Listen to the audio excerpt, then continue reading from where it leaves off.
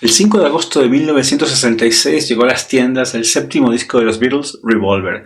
Lo voy a decir sin rodeos. Para mí este disco está en el top 3 de toda su discografía. Y si no está en el puesto 1, pues debería estarlo, pero en el palo. Son 14 canciones, un poco más de 35 minutos, y es suficiente eso para cambiar no solo la historia de la banda, sino también la historia de la música pop en general. Hay cosas que pasan en este disco que, aunque ya tiene 60 años, todavía suenan novedosas y te pueden volar la cabeza. Hoy quiero contarte por qué Revolver es tan importante, cómo se grabó, qué cambió en el estudio, y voy a repasar canción por canción todo su contenido.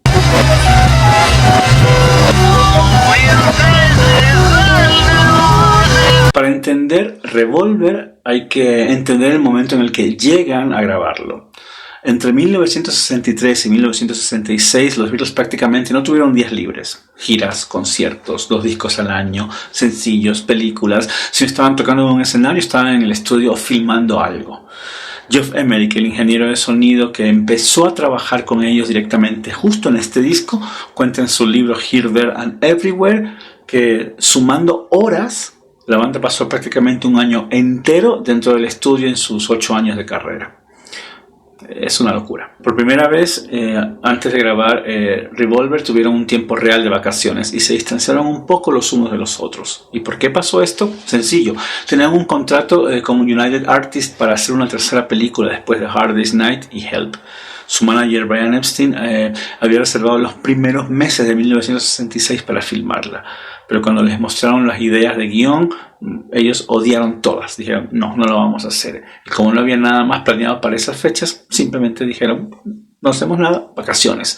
Fue la primera vez que se tomaron un descanso real. Y ese descanso fue clave. Sirvió para extrañarse un poco, evidentemente, y sobre todo para empezar a componer cosas distintas. Indagaron más, consumieron más cosas, y el resultado está en sus canciones. En este momento los Beatles todavía no habían decidido dejar de tocar en vivo. Eso llegaría después del lanzamiento de Revolver. Pero sí se habían dado cuenta de que podían hacer un disco enfocado completamente en la experimentación dentro del estudio, sin preocuparse tanto en cómo lo iban a poder representar o reproducir arriba de un escenario. Y la verdad es que en muchos casos nunca pudieron reproducirlo, digamos. De hecho, en las sesiones de grabación del disco, la única canción que llegaron a tocar en vivo fue Paperback Writer, y con dificultades, ¿no? Porque muchas voces había en la grabación y ellos no podían reproducirlas todas.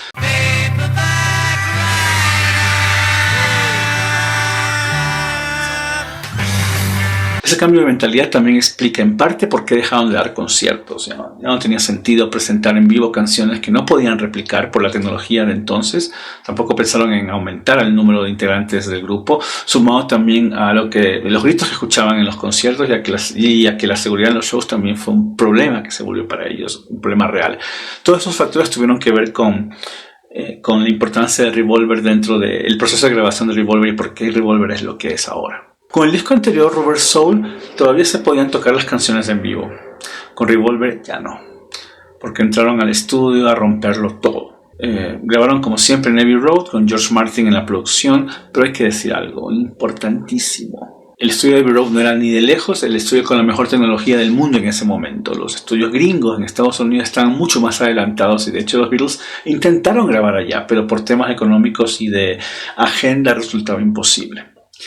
Geoff Emerick fue esa pieza fundamental para que la banda sonara más a la vanguardia, más de vanguardia que otras bandas de la época. Y Paul McCartney estaba obsesionado con el sonido del bajo de los discos de Motown.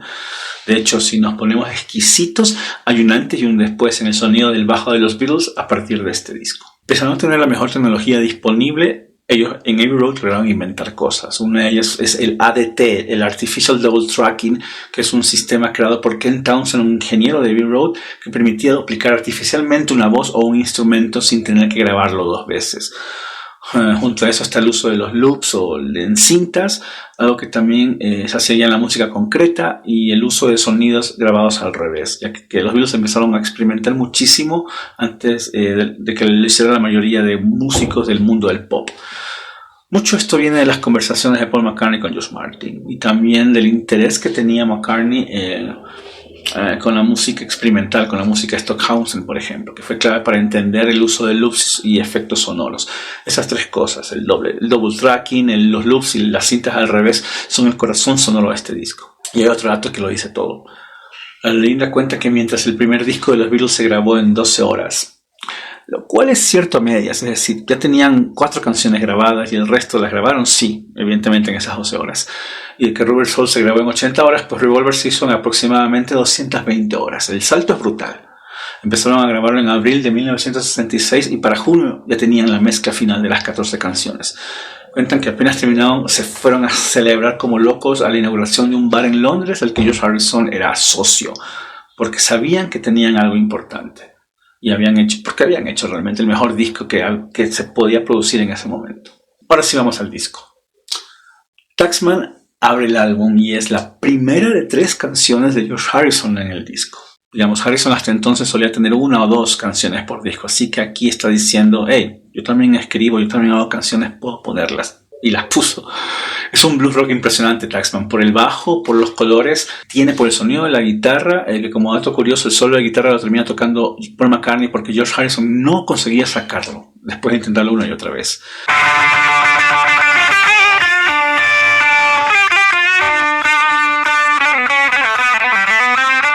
Por momentos el tema suena un poco como un guiño al tema de la serie de Batman de esa misma época. No hay que olvidarse que es una canción protesta. Harrison se queja de que por más que trabaje y esté cambiando el mundo de la cultura, casi todo su dinero termina yéndose en impuestos. Es una de las pocas canciones de los Beatles con referencias directas a políticos de la época, y el final, con ese fade out sobre el solo, es mucho mejor que el final alternativo que se puede escuchar en el Anthology 2, de lejos. A veces el fade out funciona. Después llega Eleanor Rigby con esas cuerdas casi percusivas que recuerdan a la banda sonora de Psicosis escrita por Bernard Herrmann. Es una historia de soledad tristísima. Una mujer está sola, un cura solitario que escribe sermones que nadie va a escuchar, y al final ni siquiera nadie va al funeral de la mujer, salvo el propio cura que está limpiándose las manos, el polvo de las manos.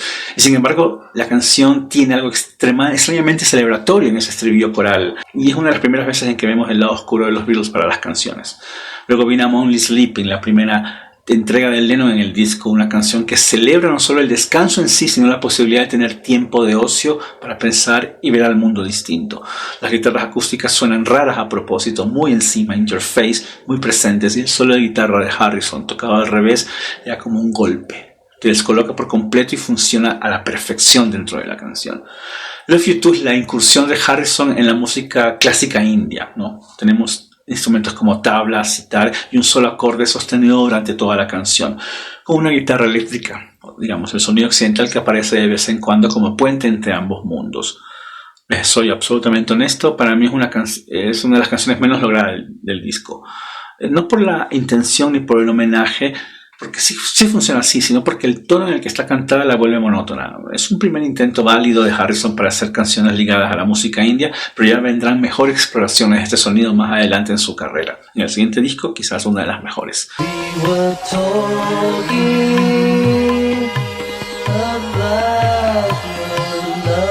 Hildeland Everywhere es una de las cosas más hermosas que hicieron los Beatles. Say No More. Ahí se nota algo que Lennon y McCartney sabían hacer muy bien, que es interpretar con su voz. No solo cantar, sino mostrar sensaciones. Es un tono dulce y esa melancolía romántica de Paul funciona muy bien en esta canción. Después llega Yellow Submarine, cantada por Ringo, con un montón de invitados en el estudio metiendo ruidos de fiesta. Están los 4 Beatles, está por ahí Brian Jones de los Rolling Stones también haciendo ruido tocando una ocarina, y Pattie Boyd, la esposa de George Harrison, en ese momento está por ahí gritando de fondo. Es una fiesta grabada en vivo, con loops de sonidos marinos, armados a partir de cintas de archivos de EMI y unos gritos de Lennon por ahí que son increíbles. Every one of us has all we need. She Said abre lo que sería el lado B, y es probablemente mi tema favorito del disco. Estructura sencilla, pero que va cambiando el compás constantemente. Se ha tocado de una manera brutal. Las guitarras, el bajo, la batería, todo suena tan vivo que eso es lo que hace que realmente funcione. El dato importante de esto es que la única canción del disco fue la última que se grabó incluso, pero es la única en la que no toca ni canta Paul McCartney. En algún punto de la sesión se peleó con los otros 3, agarró sus 4 maletas y se fue para el Perú. George se encarga del bajo en esta canción y Lennon de todas las guitarras y las voces. Increíble.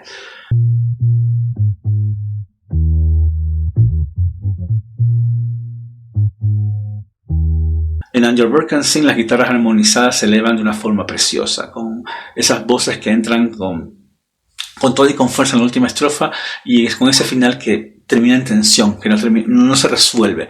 For No One es una balada de corazón roto por excelencia, es lo mejor del disco también. Barroca en su composición y en su ejecución, con Paul en el piano, posiblemente George Martin en el clavicordio y Ringo en la batería, y un corno inglés tocado por Alan Civil que hace el solo perfecto, que además se repite en la última estrofa, lo que le da una relectura preciosa a todo el tema.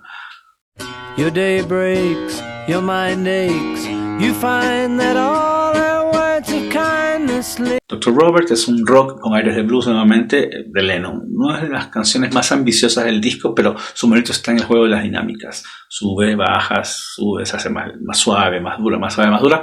Y en la parte tranquila el órgano se hace cargo, como que toma la batuta mientras la batería desaparece. Es simplemente un tema divertido. I Want to Tell You de Harrison, y es la última canción de Harrison en el disco, y es puro misterio, es impresionante. Un puente tiene una estructura armónica interesante con acordes que no deberían funcionar juntos y sin embargo funcionan. El piano de Paul tocado en algún punto de la canción le mete una tensión al repetir mi fa constantemente, que hace que nos hace pensar que algo está a punto de pasar.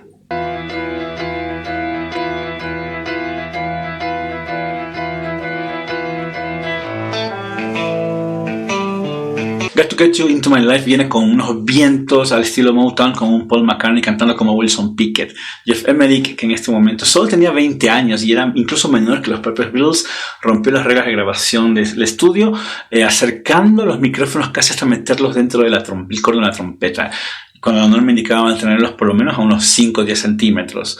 Para proteger supuestamente el equipo. No, él quería que sonara distinto y los músicos ni siquiera entendían muy bien qué pasaban y se hacían para atrás, así que tuvieron que decirles, no se muevan, sabemos lo que hacemos. Y el disco cierra con uno de los mejores temas de toda la historia, Tomorrow Never Knows de John Lennon.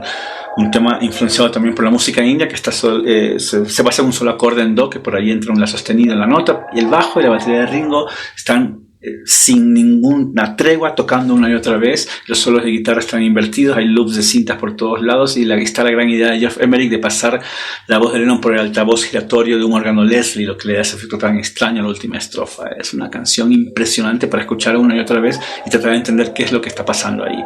Cierra el disco como quien pone un arma sobre la mesa y dice, se acabó, esto cambió para siempre, esto es lo que es. Brutal.